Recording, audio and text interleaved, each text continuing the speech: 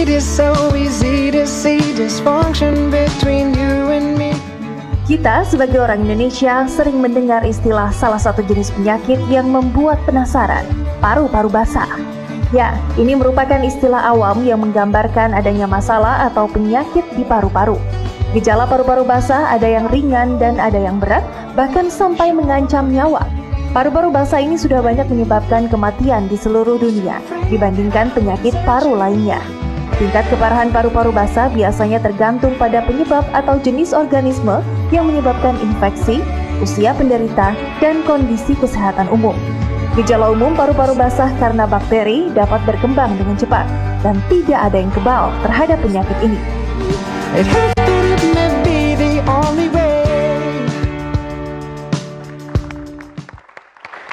Masih bersama kami di acara Gaya Hidup Sehat. Nah dokter, kita membahas mengenai paru-paru basah nih. Dokter Arlene, kita kan sering dengar ya, kalau masyarakat tuh ngomong paru-paru basah, mereka bilang, oh jangan kalau keluar naik motor malam-malam, jangan lupa pakai jaket, karena kalau nggak nanti kamu kena paru-paru basah. Ada lagi. Apa tuh dia bilang? Kalau misalnya cewek-cewek abis keramas, jangan dibiarin begini. Nanti airnya masuk ke dalam jadinya paru-paru basah. Ada juga. Atau mandi malam katanya dibilang bikin paru-paru basah juga. Nah, mungkin dokter Dewi dulu ya. Kita perkenalkan ada dokter Dewi Puspitor ini, seorang dokter spesialis paru. Bisa memberikan penjelasan mengenai paru-paru basah itu sebenarnya apa yang dimaksudkan. Dan juga ada dokter Chandra di sini ya untuk rehabilitasi medisnya. Nanti kita akan membahas juga nih mengenai terapinya. Silakan dokter. Ya, namanya paru-paru basah tuh mungkin kalau medis ya disampaikan adalah kita bilang pneumonia. Susah ya membahasnya kalau bahasa medis itu pneumonia atau radang atau infeksi di paru-paru. Gitu. Paru kita sebenarnya ada dua, kanan dan kiri. Jadi ada infeksi di paru-parunya dan itu penyebabnya ada bakteri itu udah banyak, kemudian ada virus gitu, ada mikoplasma. Jadi memang ada suatu infeksi sebenarnya. Jadi sebenarnya orang bilang paru-paru basah, padahal sebenarnya paru-parunya itu terinfeksi ya dok ya? Oke. Apakah benar nih dok mitosnya itu karena kena angin malam? Iya, angin malam seperti apa? Angin malam. Oke.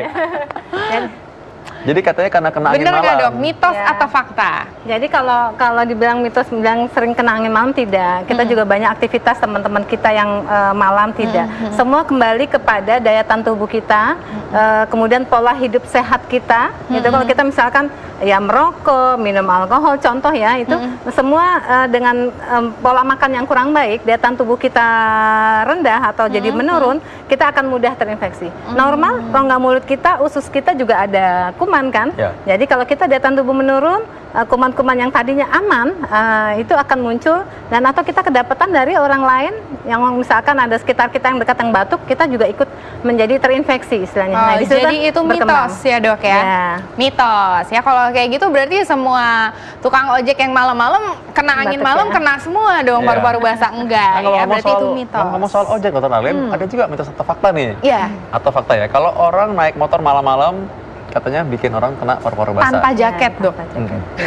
Iya, itu juga sama, itu mitos juga itu. Jadi kan mitos juga. Tetap, tapi namanya malam lebih baik kita mengamankan agar kita juga tetap sehat ya, pakai jaket seperti itu. Karena hantaran angin gitu ya, hembusan angin yang kencang kalau kita naik motor kan tidak nyaman juga kita.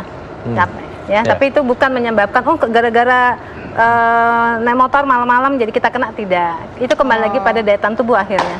Oke. Jadi mitos dokter Arlene. Jadi boleh dokter Arlene kalau mau naik motor malam-malam boleh kok. Cuma pakai piyama gitu naik motor boleh kali.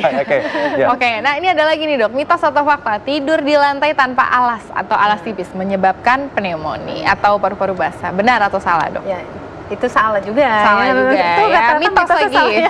Karena apakah menular, apakah yang dari lantai itu ke tubuh kita, tidak. Jadi itu tadi semua kembali kepada daya tahan tubuh kita, gaya hidup kita, pola makan. Berarti ini mungkin dokter harus bahas juga nih dok mengenai penularannya. Sebenarnya penularan kan ini kita berbicara tentang infeksi. Nah penularan dari paru-paru basah ini gimana dok? Ya, secara umum kalau untuk infeksi di paru, secara umum adalah penyebarannya atau kita mendapatkan adalah dari droplet atau dari percikan dahak gitu ya. Misalnya sekeliling kita yang dekat lah, ada yang batuk, harusnya ada etika batuk yang baik kita tutup itu, kemudian kita buang ke air mengalir, kita atau pakai tisu seperti itu, ya, etika batuk yang baik. Jadi kalau misalkan kita sedang menurun daya tahan tubuhnya. Ada beberapa kondisi ya menyebabkan penurunan daya tahan tubuh. Kemudian di sekitar kita itu sakit, kita batuk, kita bisa tertular. Jadi karena batuk orang lain terhirup oleh kita. Jadi harus hati-hati juga orang yang udah terlanjur kena tadi pneumonia ini, kalau batuk jangan batuk sembarangan gini, apalagi nggak pakai apa-apa ya, batuk ya gitu ya. Dan kondisi tambahan lagi adalah pada orang yang dengan kondisi daya tahan tubuh menurun, misalkan nih pada orang tua, pada pasien-pasien yang dirawat di rumah sakit, juga pada balita mungkin ya dok ya? Ya, itu mudah sekali. Ya, nah ini mungkin supaya lebih jelas dok, mari kita bergerak ke LED. Di sini kita bisa lihat ya proses penularan ataupun terjadinya penyakit paru-paru basah atau pneumonia ini ya dok ya.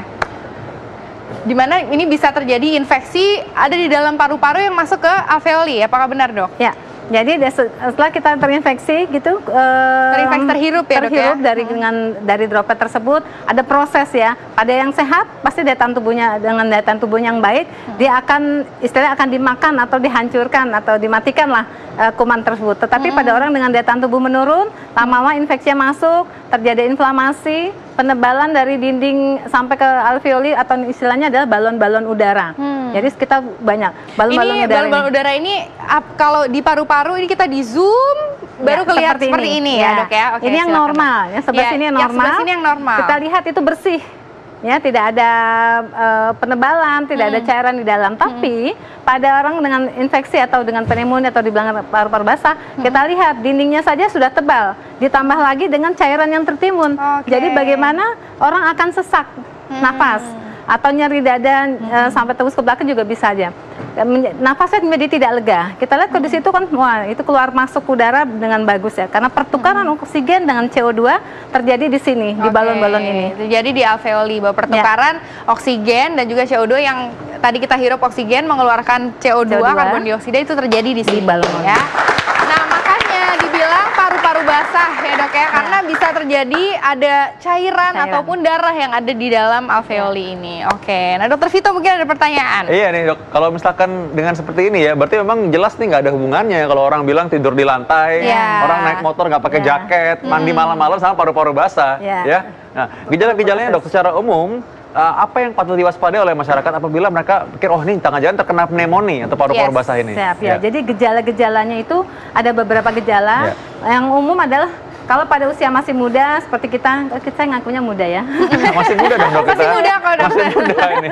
Jadi itu ada batuk, batuknya berdahak, kadang tanpa dahak juga ada. Kemudian ada batuk darah bisa, kemudian ada nyeri dada karena ada proses peradangan di dalam. Kemudian kadang ada nyeri di belakang. Proses infeksi jadi menjadi panas seperti itu, menggigil, nafsu makan menurun, itu bisa.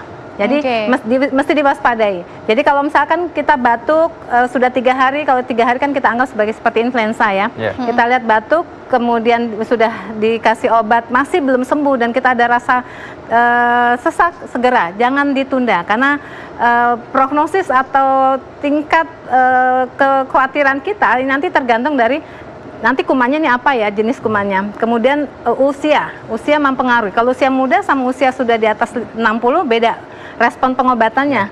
Kalau yang muda-muda responnya insya Allah bagus. Tapi kalau udah lanjut takutnya terlalu lama ya. Juga hati-hati pada orang dengan kencing manis ya dok, dengan sakit gula, dan juga lebih gampang terkena infeksi ini dan juga lebih berat bisa penyembuhannya dokter ya. Betul. Karena pada pasien dengan diabetes ada salah satu penyebab penurunan daya tahan tubuh. Oke, nah ini ada juga beberapa gejala yang tentunya harus diwaspadai oleh kita apabila kita terkena paru-paru basah yang memang darurat nih dok. Seperti salah satunya adalah kulitnya berubah warna, menjadi sianosis maksudnya kali ya dok ya. Kuku kita terlihat lebih biru atau bibirnya terlihat lebih biru. Tubuh nafasnya menjadi cepat, itu berarti memang tubuh kita kekurangan oksigen karena infeksi yang terjadi di paru ini ya. Ini juga ada sesak napas ya dok ya. Dan juga mengenai demam ini juga merupakan tanda-tanda infeksi ya dok ya. Oke, nah sesaat lagi kita ada ini Dr. Arlin. Dr. Chandra akan menjelaskan bagaimana sih caranya proses rehabilitasi, artinya proses penyembuhan. Kalau misalkan orang sudah terkena paru-paru basah, lantas dia mau tentu aktivitas seperti biasa lagi kan, tentu dia butuh rehabilitasi dokter ya. Dr. Chandra akan menerangkan saat lagi, jangan kemana-mana, tetap dalam acara Ayo Hidup Sehat.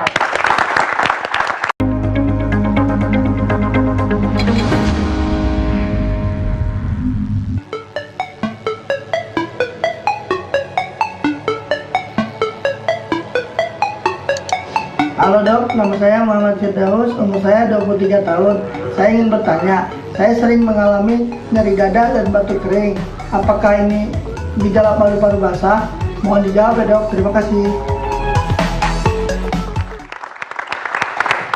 Oke, itu tadi ada pertanyaan melalui laman Facebook kita mengenai paru-paru basah nih. Dokter Dewi mungkin bisa dijelaskan nih dok, batuk kering dan juga tadi dia mengatakan sering sakit nyeri dada. Apakah itu merupakan salah satu gejala dari pneumonia atau paru-paru basah? Ya, seperti tadi disampaikan bahwa pneumonia kan atau orang awam bilang paru-paru basah, definisinya adalah infeksi di paru. Bisa hanya karena bisa salah satu paru saja, kita punya dua paru ya. Tapi gejala-gejala tadi itu kan hampir sama, yaitu ada batuk, bisa berdahak, bisa tanpa dahak, nyeri dada itu sama. Jadi yang penting kita ada perhatian bahwa kalau batuk kemudian sudah minum obat, paling tidak kita evaluasi 3 hari. Berapa lama nih dok? Kita evaluasi 3 hari. 3 hari. Sudah 3 hari minum obat, setelah minum obat. Setelah minum obat tidak ada perbaikan, kita harus ke dokter. Waspada. Dan juga ada juga ya waspada dok. Dan juga ada orang yang bilang kalau gini, oh ini saya nggak perlu minum antibiotik soalnya batuknya katanya nggak ada dahak hijaunya gitu. Nah, itu juga nih dok, boleh dibahas mengenai dahak. Ya, itu tadi karena dahak ada 2 tipe kan, batuk yang maksudnya batuk ya, ada batuk yang dengan dahak. Kadang kita dengar sendiri kok grok-grok, nah itu berarti batuk yang berdahak. Ada lagi batuk yang tanpa dahak, jadi nanti obatnya juga berbeda. Kalau batuk tanpa dahak menjadi istilahnya tidak produktif, kasihan, capek dia. Jadi kita kasih justru obat yang meredam batuknya. Kalau yang berdahak justru kita kasih pengencer dahak agar mudah dikeluarkan. Nah, pada pneumonia risiko terjadi dahak banyak bisa. Nah itu kita nanti akan dibantu oleh fisioterapi. Nah kebetulan kita punya undang Dokter Chandra, dokter spesialis rehabilitasi. Dokter, penting untuk pulih kembali setelah sakit paru-paru basah nih. Nah, bagaimana caranya supaya pulih kembali seperti sedia kala, dokter? Yang datang ke rehabilitasi medik ada 2 ya dok. Jadi saat dia dirawat inap atau dia dirawat jalan. Kalau dirawat inap otomatis dia berbaring. Jadi nomor 1, kalau memang seperti yang dokter Devi bilang tadi, kalau memang dahaknya itu banyak, ya kita akan keluarkan. Tapi jaringan paru-parunya sendiri kan bengkak, jadi dia akan diatasi dulu, semua kondisinya bagus. Oke, kalau dahaknya lengket biasanya juga diencerkan, ada yang dengan uap, ada yang dengan obat minum. Setelah encer kita bantu untuk mengeluarkan. Mengeluarkan tuh butuh kemampuan tubuh untuk membatukkan. Otot nafas kita yang jarang kita pelihara itu namanya diafragma. Otot yang sangat besar, yang fungsi dia adalah menarik nafas, kayak vacuum cleaner paru-paru kita tuh, sedot sebanyak-banyaknya, lalu dibatukkan ke atas, das gitu. Saat membatukkan itu dia harus efektif karena dia harus menyedot sebanyak-banyaknya, dan saat dia batukkan benar-benar semua itu ke atas. Kalau tidak dia cuma dapat lelahnya. Dahaknya nggak keluar, batuk sampai capek, nggak bisa tidur, tenggorokannya sakit, sering sampai mungkin nyeri menelan gitu, sering. Karena yang dibilang dokter Dewi nggak ada dahaknya, sebetulnya nggak ada yang cukup untuk dia keluarkan. Itu mungkin perlu diencerkan. Kalau itu bisa dengan nebulizer, atau dia banyak minum karena dia demam tinggi, mungkin dehidrasi ya dok. Nebulizer itu uap ya dokter ya maksudnya? Ya uap, diuap. Orang biasa bilang tuh diuap gitu, supaya lebih lunak cairannya, sehingga mudah dikeluarkan. Karena dahak itu ada 2 lapis dok, lapisan yang kental sama lapisan yang air. Nah lapisan yang air itu bikin bulu di dalam saluran nafas kita itu ada bulu-bulu, namanya bulu silia, bulu getar. Itu sapu alami yang Allah kasih, yang Tuhan kasih untuk nyapu. Kalau cairan itu kurang, lengket. Nah itu harus dicukupi dulu dengan rehidrasi, air masuk, kemudian dikasih dari uap supaya cairannya cukup, jadi supaya bisa dibuang ke atas. Jadi banyak minum air hangat kalau orang lagi paru-paru basah ini sebenarnya tadi kuncinya itu tadi ya. Ya betul, air yang cukup. Air yang cukup. Betul, kalau panas tinggi apalagi anak-anak itu kulitnya kering udah pasti. Misalnya dehidrasi sebenarnya, kurangan cairan lengket, ya betul. Jadi perbaiki cair, setelah itu latih batuknya. Nah untuk batuk itu diafragma harus bagus. Beberapa mohon maaf, kalau perokok pasti kemampuan batuknya berbeda. Ini kayaknya orang belum tahu loh. Coba-coba, nah diafragma tuh di mana? Tahu nggak diafragma di mana? Nah, diafragma tuh ini lah, lihat nih diafragma ya. Nah, ini kan paru-paru di sini ya. Ini perut ya. Diafragma itu ada lapisan tipis di sini nih, di antara paru-paru terusuk kita. Coba tarik napas semuanya, tarik napas semua. Tarik napas yang di rumah, tarik napas. Saya hembuskan. Tarik napas. Hembuskan. Nah, itu yang turun itu diafragmanya. Supaya lebih jelas mungkin ayo sini Mas. Nggak apa-apa Mas. Oke, tepuk tangan dulu. Ya. Korban. Oke. Oke, sini Mas. Biar lebih jelas kelihatannya ya kan. Oke, coba Mas tarik nafas. Tahan, 3, 2, tahan. Jangan lama-lama, nanti kan kelamaan. Hembuskan, tarik nafas lagi, jangan tahan kelamaan ya. Tarik nafas, ketika tarik nafas, kita merasakan ada otot yang ke bawah ini ya. Di sini ya. Dan paru-paru kita terasa penuh. Hembuskan. Nah, itu diafragma kembali naik ke atas. Jadi kita kembali bisa dikosongkan paru-parunya, kembali bisa udaranya keluar. Jadi diafragma itu otot yang memang membatasi antara si rongga dada dan juga rongga perut. Oke, boleh silakan kembali. Terima kasih. Ya, sekarang kita udah tahu jadinya ya. Ya. Oke, silakan dokter. Jadi dokter tadi punya alat tadi ya sedikit tadi ya. Iya. Nah, ini alatnya nih tadi menarik nih. Diafragma itu tadi kalau perempuan sama laki mungkin beda ya, karena tadi laki-laki yang ditarik kan torakal ya, harusnya dia tuh nafasnya di perut. Tadi berarti tidak terlatih dengan baik, harusnya perutnya yang mengembang waktu dia. Oke, abis ini latihan sama saya. Abis ini latihan ya. Kalau perempuan mungkin karena nafasnya memang torakoabdominal, dadanya yang lebih akan mengembang dengan baik. Jadi diafragma laki-laki harusnya lebih bagus, karena dia meledakkan nafas lebih baik. Nah, bagaimana supaya otot diafragma laki-laki ini bagus? Otot diafragma otomatis latihan otot abdomen, latihan otot perut ya. Bagaimana tuh dok? Sit up itu bisa membantu nggak dok? Kalau yang paling happening sekarang plank ya, mungkin boleh dikerjakan. Itu juga boleh. Terus berat, tapi bertahap bisa dikerjakan. Atau latihan nafas, kami biasanya kalau dari paru peak flow meter ya dok ya. Ini kita ngukur kemampuan batuk. Kemampuan batuk ya. Dilihat. Jadi kemampuan batuknya ini dicek, nanti dia dibatukkan di sini di alat itu nanti diukur, karena yang normal itu antara di atas 270 liter per menit. Jadi alat ini fungsinya sebenarnya untuk mengukur batuk, kemampuan si diafragma untuk tadi ya, diafragma untuk batuk. Mungkin banyak di online juga yang kit asma dan lain-lain banyak, itu bisa dicari. Nanti dibatukkan di situ, tapi sebetulnya kelihatan kalau dengan tanpa alat pun kalau pasien atau kita sendiri membatukkan, harusnya kan kemampuan batuk ini dikembangkan. Kemudian kita tanpa batuk dengan pita suara terbuka, namanya huffing, kita bilang itu glotis atau pita suara terbuka. Jadi seperti gini. Jadi kalau dulu biasanya bersihkan kacamata ya.